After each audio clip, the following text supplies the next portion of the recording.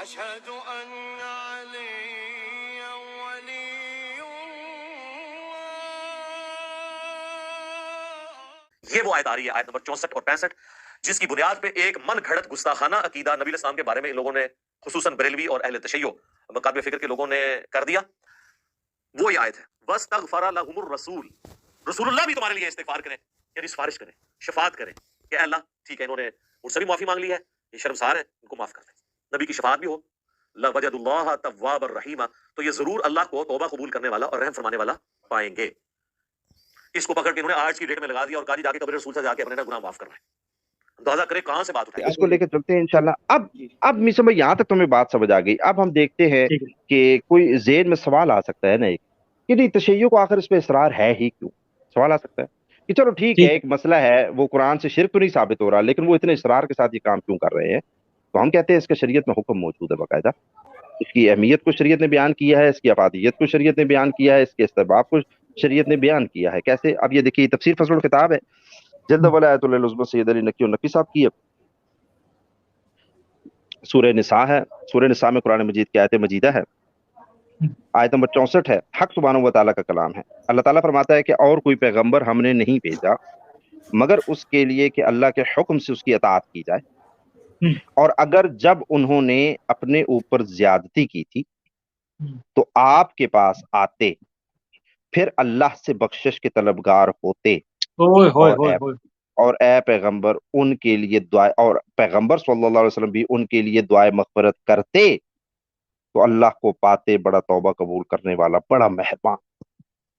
حکم پروردگار کیا ہے کہ تم نے گناہ کیا ہے، تم نے توبہ کرنی ہے، کیا کرو؟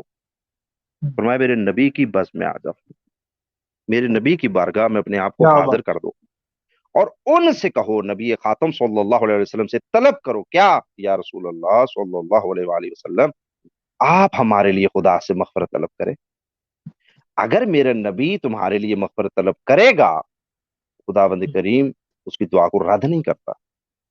خداوند کریم تمہاری توبہ کو قبول، گناہ تم نے کیا، توبہ میں نے قبول کرنی ہے، لیکن میں تمہیں خود یہ حکم دے رہا ہوں کہ کیسے، میں تمہیں پورا پروسیجر سمجھا رہا ہوں، میں تمہیں طریقہ بتاتا ہوں. نبی کی بس میں چلے جاؤ، نبی خاتم سے کہو کہ تمہارے لیے، یعنی نبی خاتم سے شفاعت طلب کرو. اب میسم بھائی یہ قرآن کی آیت ہے، کیا یہ مقید ہے؟ یعنی یہ آیت ہے کہ اس وقت جب نبی خاتم موجود ہے تو اس وقت کے لیے یہ صرف آیت بات کے لیے آیت نہیں ہے. آیت میں ایسا کوئی کرینہ موجود نہیں ہے کہ خاص زمانے کے لیے ہو، یہ ہمیشہ کے لیے. جیسے قرآن مجید میں آیات مجیدہ موجود ہے، اس زمانے کے لوگوں کو خطاب کیا گیا، لیکن ظاہر ہے ہمارے لیے بھی وہ آیات موجود ہیں.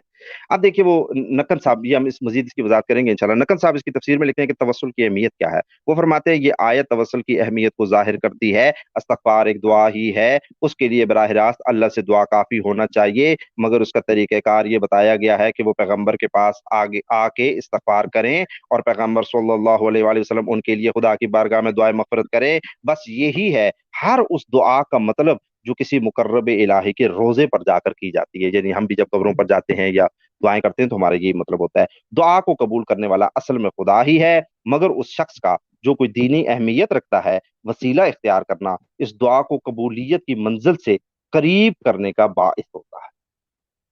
ٹھیک ہو گیا، یہ قرآن کا حکم آ گیا. اب اس میں سوال پیدا ہوا کہ نہیں وہ کچھ اہل سنت کہیں گے کہ یہ تو پھر مقید ہے، تو یہ تو تشیع کا موقف کیا ہے؟ تشیع کو دلیل کیا ہے کہ یہ مقید نہیں ہے؟ یہ نبی خاتم صلی اللہ علیہ وسلم کی سوانح حیات کے بعد بھی، ان کی وفات کے بعد بھی اس آیت پر آپ نے باقاعدہ عمل کرنا ہے، اور یہ آپ کے لیے آیت موجود ہے، یہ قیامت تک لوگوں کے لیے حکم موجود ہے. تشیع کے پاس کیا دلیل ہے؟ یہ کائنڈلی نیچے کیجیے گا. ظاہر بھائی ایک منٹ، اس میں ایک اور آیت بھی بالکل اسی مضمون کی ہے، سورہ منافقون کی آیت نمبر 5. قرآن اس بارے میں کیا کہتا ہے؟ اس طرح کی ایک اور آیت بھی ہے، یعنی آپ کہہ رہے ہیں بالکل اسی مضمون کی ایک اور آیت ہے، سورہ منافقون المنافقون کی آیت نمبر 5. اور جب ان سے کہا جاتا ہے کہ آؤ اللہ کے پیغمبر تمہارے لیے مغفرت طلب کرے، تو وہ اپنا سر پھیر لیتے ہیں اور آپ انہیں دیکھیں گے کہ وہ تکبر کرتے ہوئے آنے سے رک جاتے ہیں.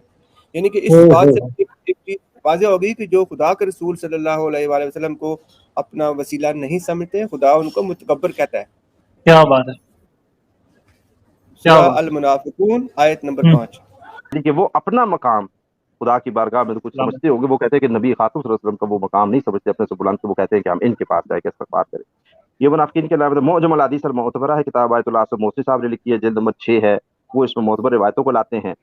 یہ روایت انہوں نے جو لکھی ہے یہ کانڈی نیچے کیجیے گا، میں اس کے مصادر بتا دوں. یہ الکافی میں روایت موجود ہے، اس کے حاشیے میں انہوں نے لکھا ہے. الکافی میں موجود ہے، تہذیب الاحکام میں بھی موجود ہے، جو ہماری کتب اربعہ میں 2 کتابیں ہیں اس میں یہ حدیث موجود ہے. سندن یہ بالکل صحیح روایت ہے، کسی قسم کا کوئی جھول، کوئی اشکال نہیں ہے. امام علیہ السلام فرماتے ہیں کہ جب تم نبی خاتم صلی اللہ علیہ وسلم کی قبر مبارک پر جاتے ہو نا، ان کے پاس جاتے ہو جی تو جوہر بھائی، کچھ ہاں نئے بندوں کے لیے اس کتاب کا تعارف کرا دیں کہ یہ کتاب صرف اور صرف صحیح روایات پہ مبنی ہے.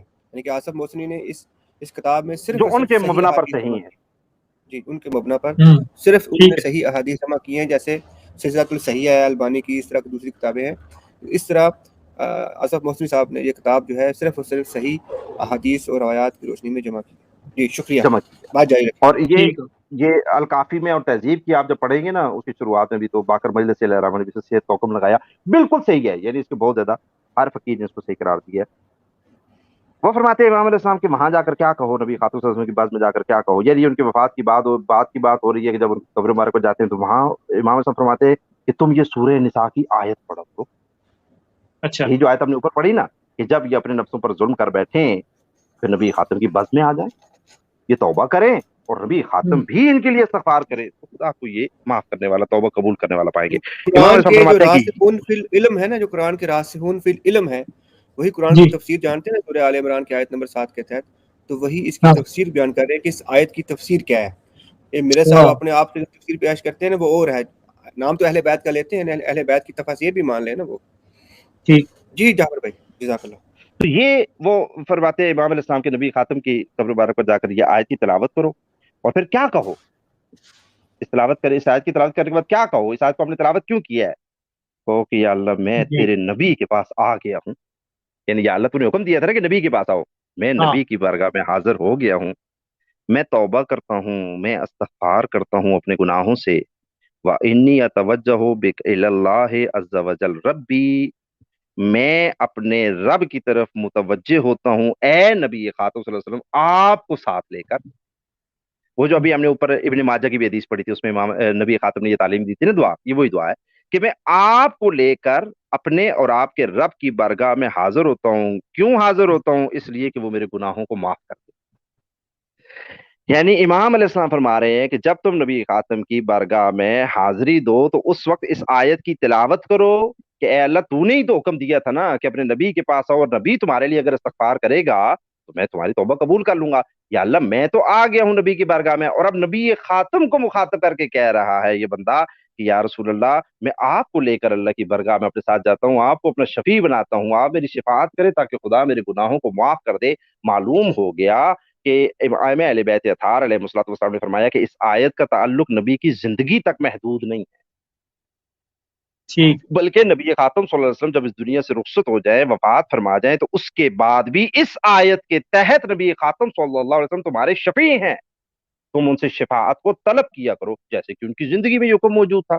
یہ تو نص قرآن ہے نا، قرآن میں حکم ہے کہ وہ آپ کے پاس آئیں اور آپ سے شفاعت طلب کرے کہ بھائی آپ ہمارے لیے خدا کی بارگاہ میں توبہ کریں.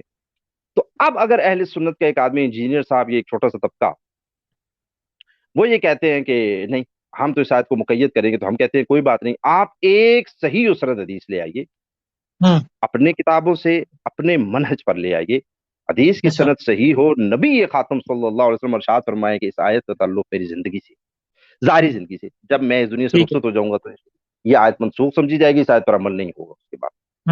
آپ لے آئے، ایسا کوئی یعنی ہم نے ایسی تو کوئی ایمان روایت کا فرمان دکھایا. یعنی ہم جو اس آیت سے نظریہ لے رہے ہیں کہ نبی خاتم کی وفات کے بعد بھی اس آیت پر عمل ہوگا، تو ہم تو آپ کو معصوم علیہ السلام کا فرمان دکھا رہے ہیں نا، جو ہماری کتابوں میں ہمارے مبنا پر بالکل ذاتی رائے پیش صحیح ہے، نہیں کرتے. از لحاظ سند بھی صحیح ہے، از لحاظ متن بھی صحیح ہے، ہم تو دکھا رہے ہیں. وہ لے آئے کہ ان کے ہاں سند کے لحاظ سے وہ روایت صحیح ہو اور وہ پیش کر دے کہ نبی خاتم منع فرما دے. لیکن اگر وہ خود کہیں کہ نہیں ہماری جیب سے ایک حکم سن لو، تو سر وہ آپ کی جیب آپ کو مبارک، وہ پھر آپ کا ایک فہم ہے، کوئی مانے تو ٹھیک ہے، نہ مانے تو مسئلہ کیا ہے؟ کوئی مسئلہ نہیں ہے، آپ کا فہم ہے نا بھائی. تو یہ پتہ چل گیا کہ نبی خاتم صلی اللہ علیہ وسلم کی وفات کے بعد بھی یہ سلسلہ منقطع نہیں ہے، بلکہ حق سبحانہ وتعالی نے یہ حکم دیا ہے، فرمایا ہے کہ تم جب خداوند کریم سے کچھ طلب کرتے ہو نا تو میرے نبی کی بارگاہ میں شفاعت طلب کیا کرو، وہ تمہارے لیے شفاعت کریں گے تو میں تمہاری دعا کو یقیناً سنوں گا.